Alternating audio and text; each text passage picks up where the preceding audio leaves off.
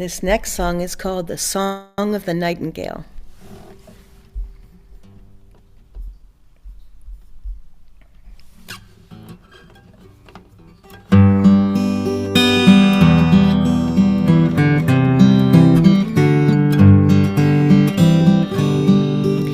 Nightingale, nightingale, sing of joy through the night. Teach my heart to impart everywhere your delight. Sing of moon rays on the rain, sing that love's not in vain.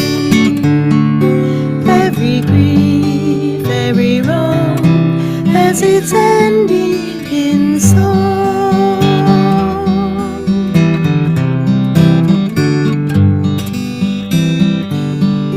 Nightingale, nightingale, sing of joy through the night. Teach all men how to spin clouds of gloom into light. Without silence, what is song? Without night, where is dawn? Were it not for men's woes, who would smile at a rose?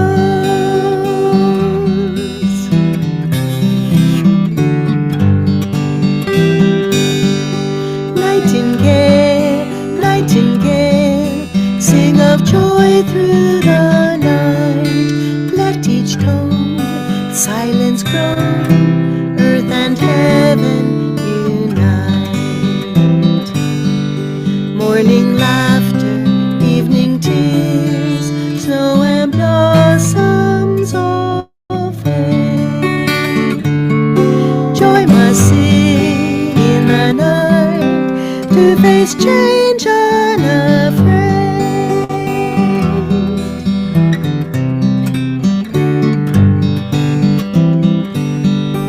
Nightingale, nightingale,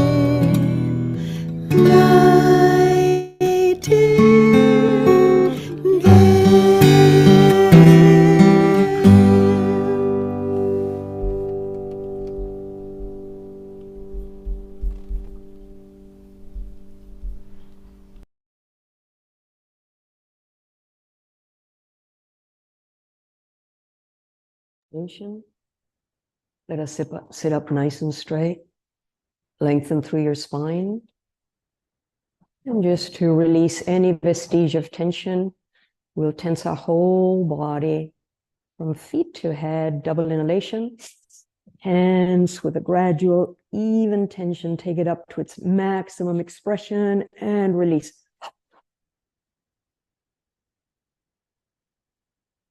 Another time, double inhalation. Gradual, even increasing tension. And release. Last time.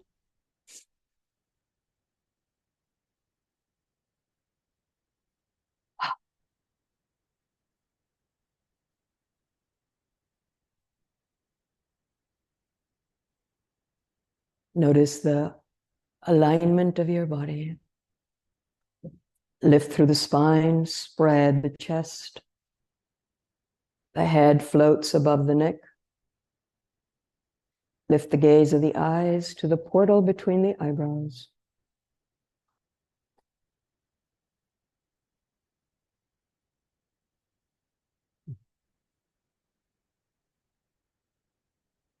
Interiorizing your awareness. Secluding yourself in the peaceful solitude of the heart space.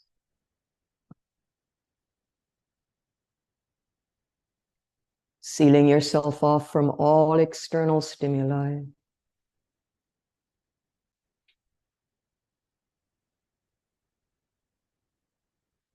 Attend to the flow of the breath. And allow it to come as it may. Allow it to go as it does.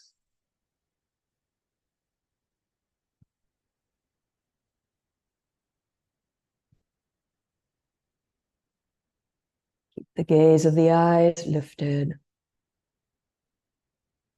at the point between the eyebrows, also known as the shoreless lake of peace.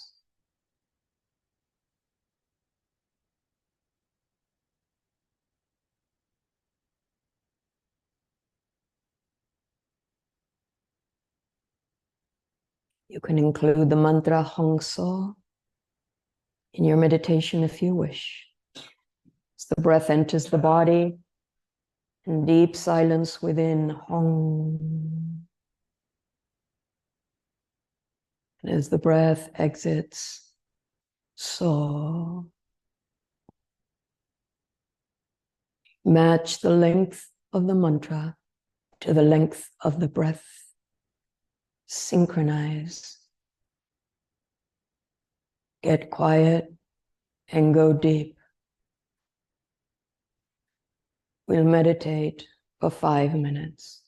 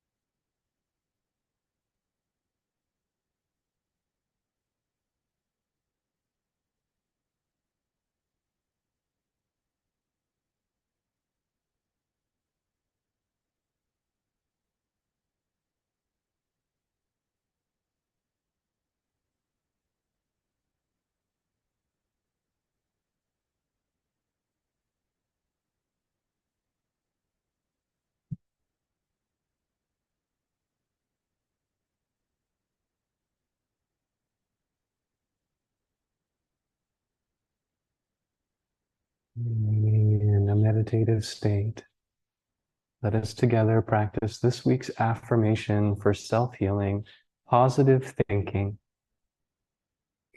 As we think, so we become. And as we think, so our lives and circumstances become also. From the divine consciousness comes answers to all our questions and solutions to all our problems. It is in lower consciousness that confusion reigns. Think positively in everything you do, for in that way you help to attune yourself to the divine flow. One who is inwardly in tune with grace finds all things harmonious and beneficial being attracted to him. Positive thinking, combined with the sense of divine attunement, is never presumptuous, for it draws its power not from the ego, but from the consciousness of God's joy within. I'll read the affirmation once through. My outer life is a reflection of my inner thoughts. Filled with the joy of God, I express his joy and harmony in everything I do. The first time we'll repeat in a loud voice, gaining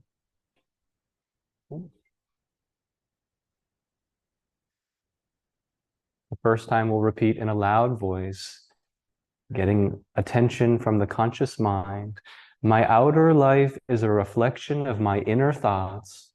My outer life is a reflection of my inner thoughts. Filled with the joy of God, Filled with the joy of God, I express his joy and harmony in everything I do. I express his joy and harmony in everything I do. Now in a conversational tone, my outer life is a reflection of my inner thoughts. My outer life is a reflection of my inner thoughts. Filled with the joy of God, Filled with the joy of God, I express his joy and harmony in everything I do. I express his joy and harmony in everything I do. Now in a whisper, my outer life is a reflection of my inner thoughts. Filled with the joy of God, I express his joy and harmony in everything I do. And now silently, without moving lips or tongue, repeat the affirmation within yourself after me. My outer life is a reflection of my inner thoughts. Filled with the joy of God, I express his joy and harmony in everything I do. And one final time, bringing your attention to the point between the two eyebrows, will affirm silently in superconscious awareness. Again, repeating after me. My outer life is a reflection of my inner thoughts. Filled with the joy of God, I express his joy and harmony in everything I do. My outer life is a reflection of my inner thoughts. Filled with the joy of God, I express his joy and harmony in everything I do. In this week's prayer, problems cannot exist, Lord, whenever thou art near. Give me strength always to hold thee in my heart.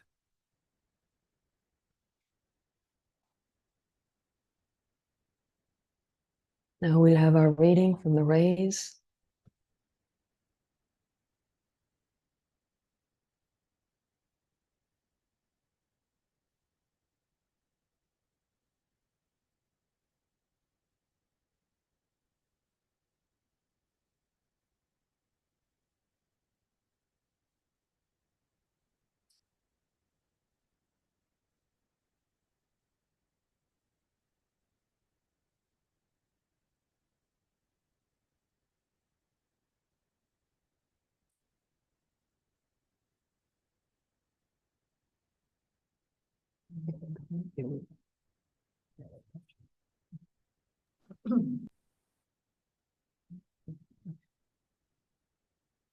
This is a reading from Rays of the One Light, weekly commentary on the Bible and the Bhagavad Gita by Swami Ananda.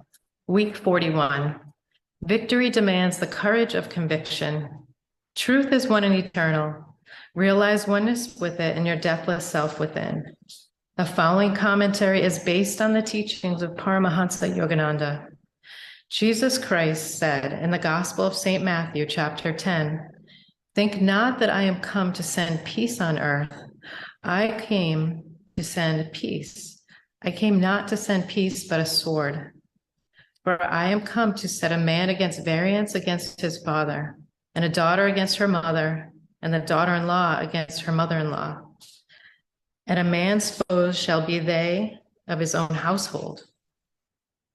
He that loveth father or mother more than me is not worthy of me. And he that loveth son or daughter more than me is not worthy of me. And he that taketh not his cross and followeth after me is not worthy of me. He that findeth, that is to say, that clingeth to his life shall lose it. And he that loseth, in other words, that giveth up his life for my sake shall find it." God tests the firmness of our faith. The sword described here is a sword of discrimination. The struggle Jesus describes is not a war against unknown enemies, but the struggle with our own attachment to all that is nearest and dearest to us, humanly speaking. Ultimately, it is a war against the ego itself and against anything with which we surround ourselves to bolster the ego's fragile sense of security.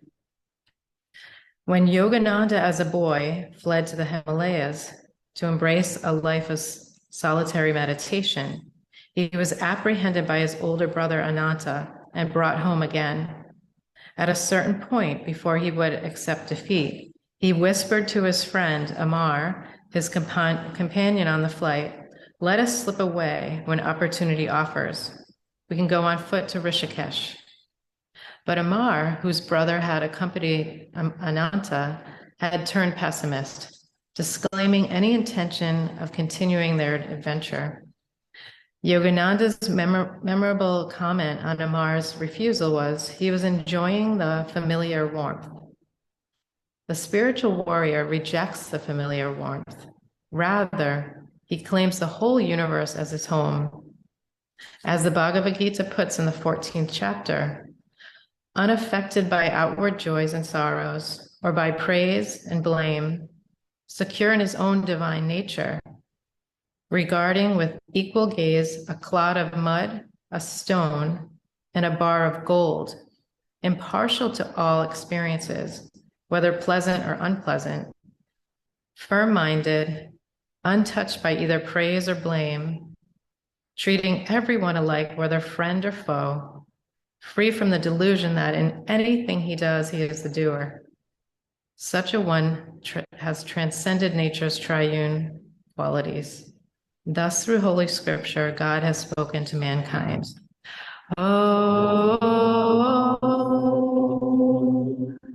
oh, oh.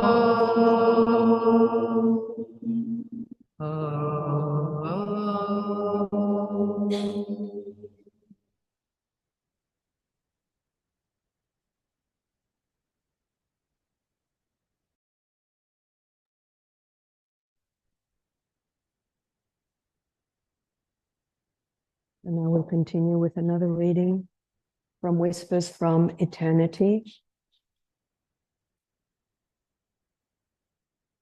This week's reading is I Will Be the Naughty Baby of the Divine Mother.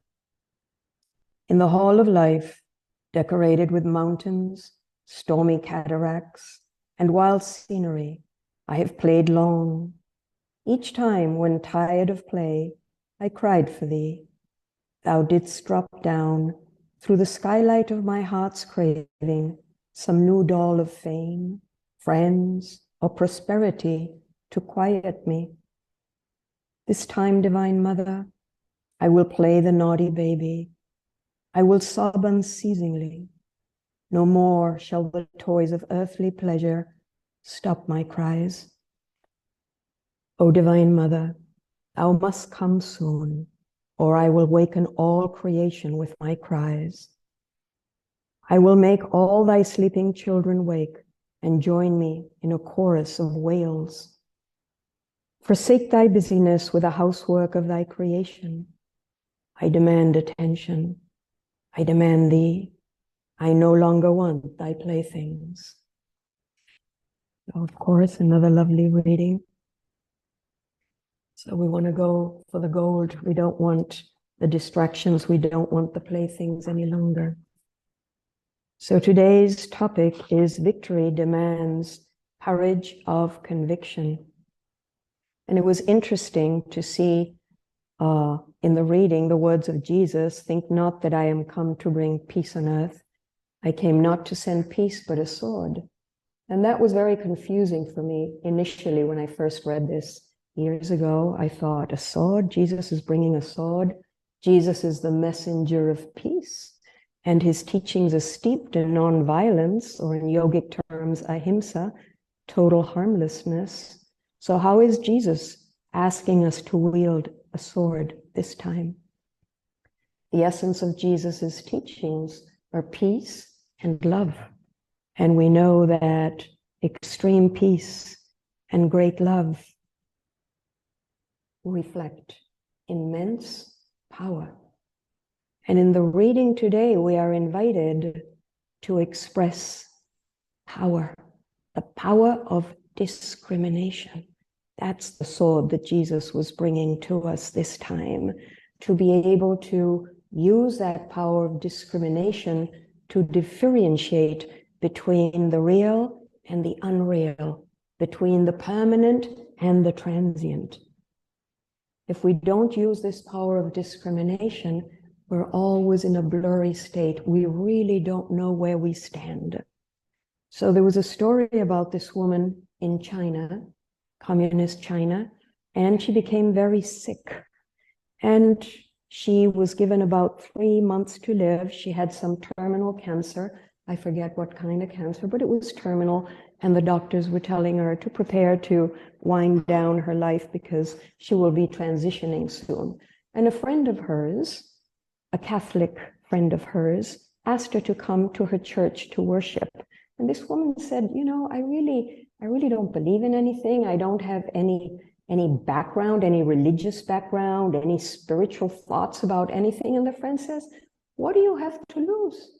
You'll be dying soon anyways. Come with me. Let's worship together. So she went with this woman and she sat in the pew. And she looked at all the iconography in the Catholic Church. There was Jesus and Virgin Mary.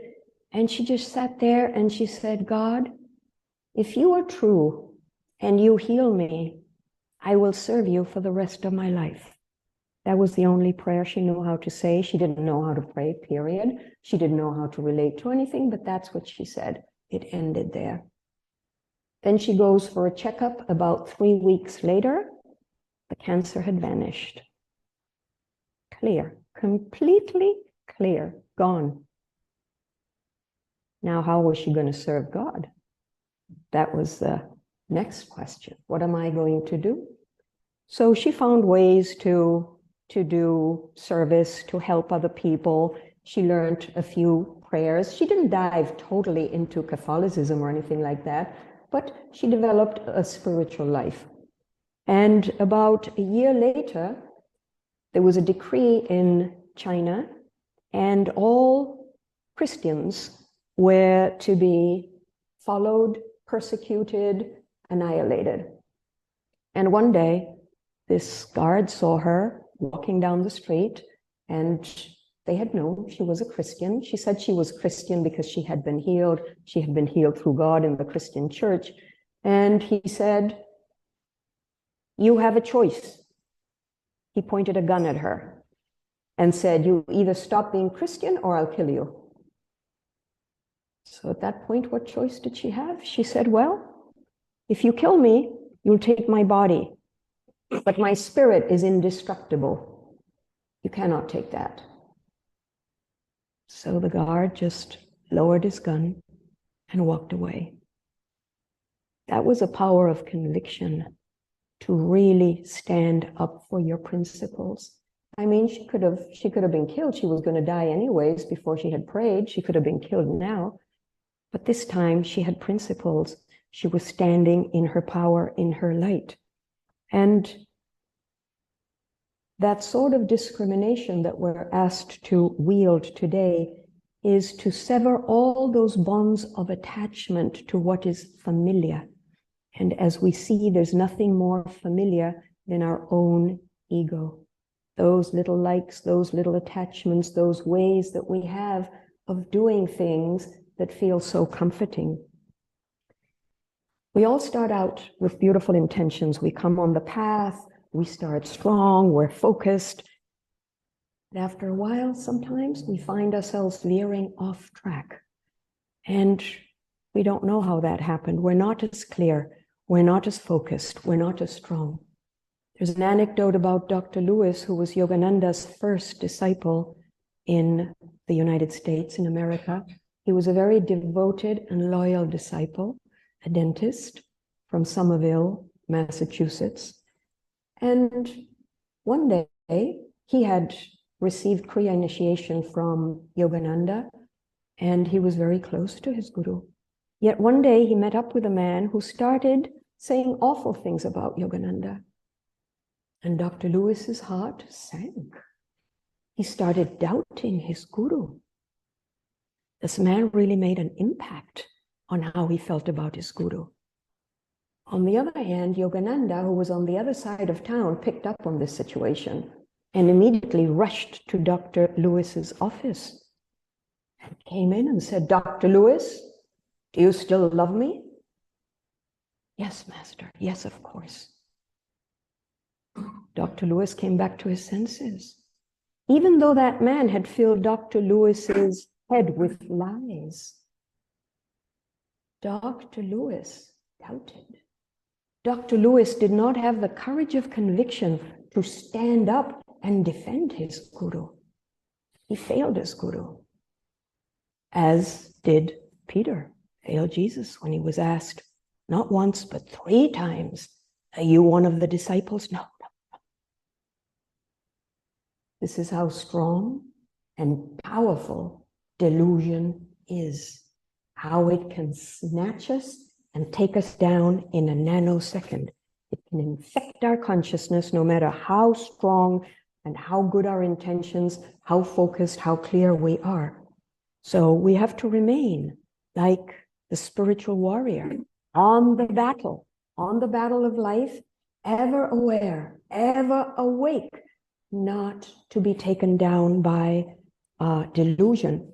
This is our armor. This is our protective barrier. If you stay strong, you stay alert, you stay aware, inside, attuned, aligned with the truth. There is another little anecdote about a saint, a very saintly man who happened to be married to a very materialistic woman. And that did not help this man's saintly endeavors to do his practices, because the woman, other than being materialistic, she was a pain in the neck, and she was always bothering him. Do this, do that, you did it incorrectly, why didn't you do it soon enough, blah, blah, blah, blah. And a friend came over to visit the saint, and he said, "How do you endure this? She would drive me nuts." And the saint said, "Well, I have my ways. Inside, she doesn't know where to reach me." He had constructed his armor, his inner castle, his place of clarity, that inner paradise that protects us from all outer circumstances and problems and stimuli. So we have to stay on course like good mariners. We stay on course no matter how bad the storms and the tempests are.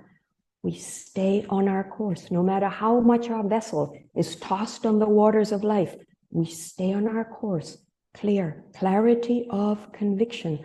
That power of discrimination stays clear, because when we're not clear, then the waters of the mind become murky.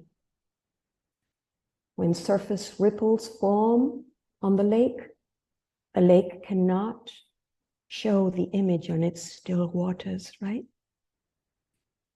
When the ripples of ill will, the ripples of pessimism, the ripples of doubt start flowing through the sky of mind, we stop seeing clearly. We get taken off track. This is how we go off track, going back to what was comfortable, going back to what we knew. We can't forget we're spiritual warriors. We're not going back to the old, to what was. We're moving forward. And this place where you let delusion come in and infect your consciousness is a very dangerous place to be. We've all had moments when we're in distress and we find ourselves in a place where we ask ourselves, what am I doing in this job? What am I doing in this relationship? What am I doing with this health issue? What am I doing in this circumstance? We ask ourselves this question because we're very distressed. But this question is not leading to any productive answer because it's not addressing the heart of the matter. The question to ask ourselves at all times is, what am I doing in this state of consciousness? Yet again. And I say yet again because you're not always in that state of consciousness. You've known better.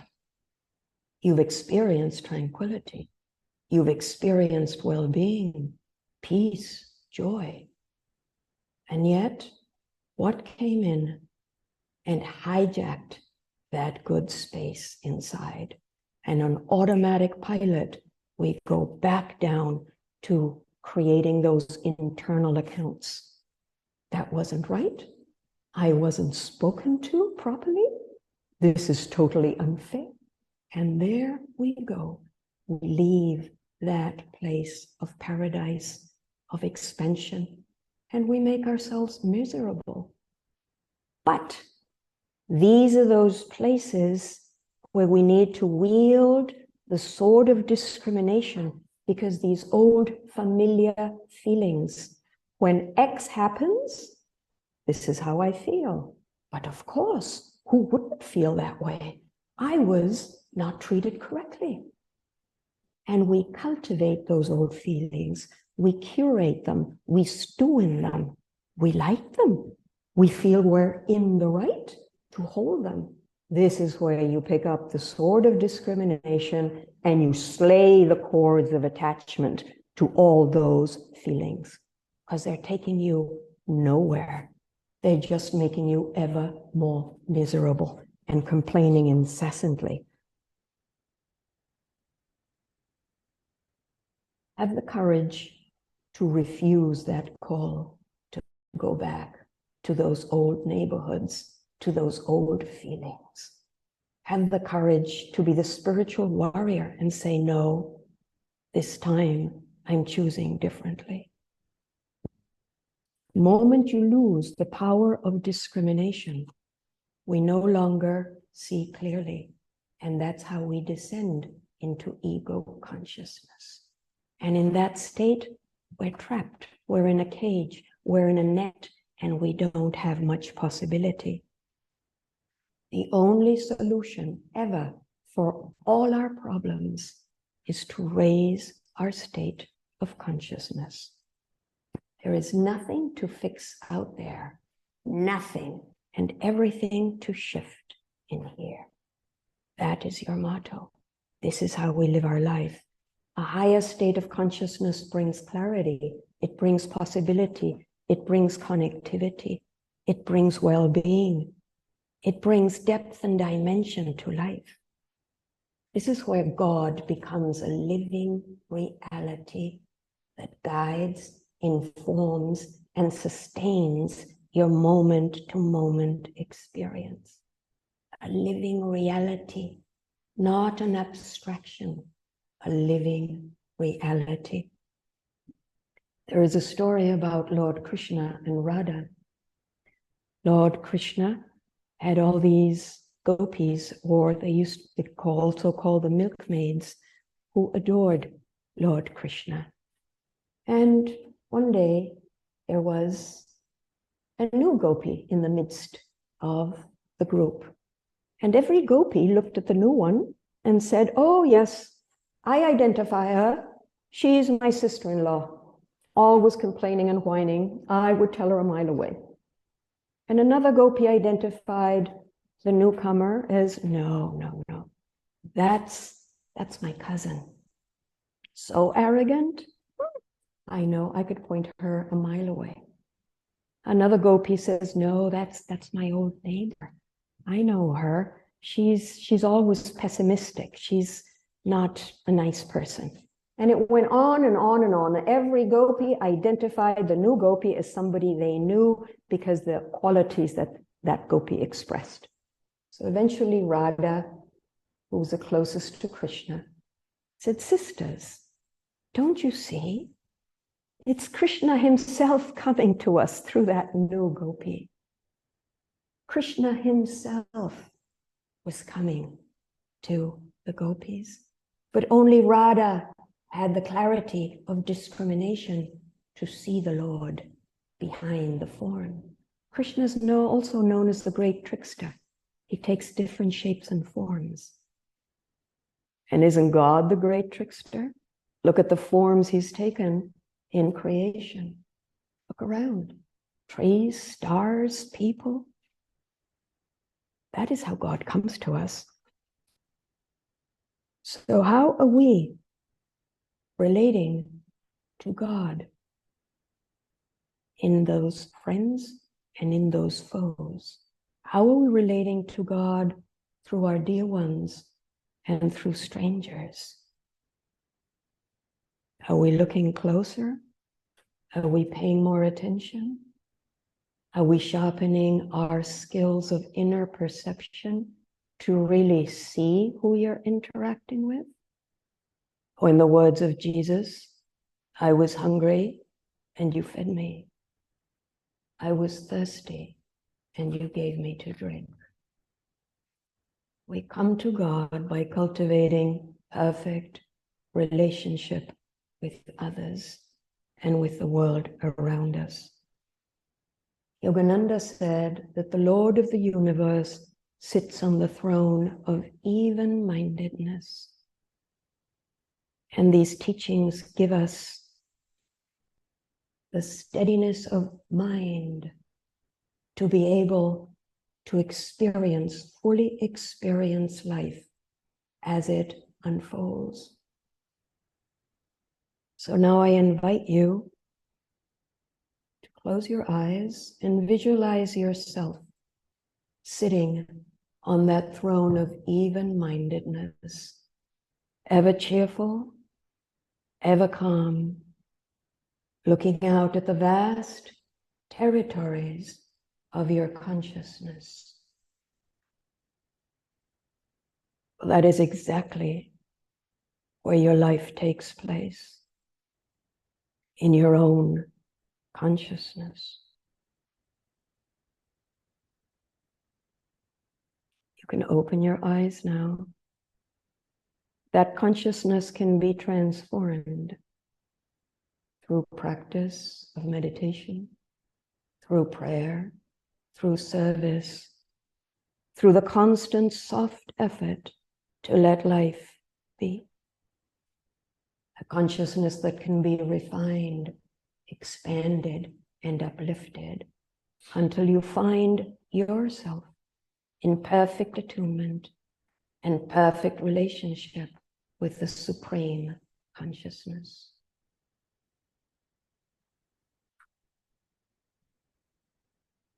Now we'll have our offertory.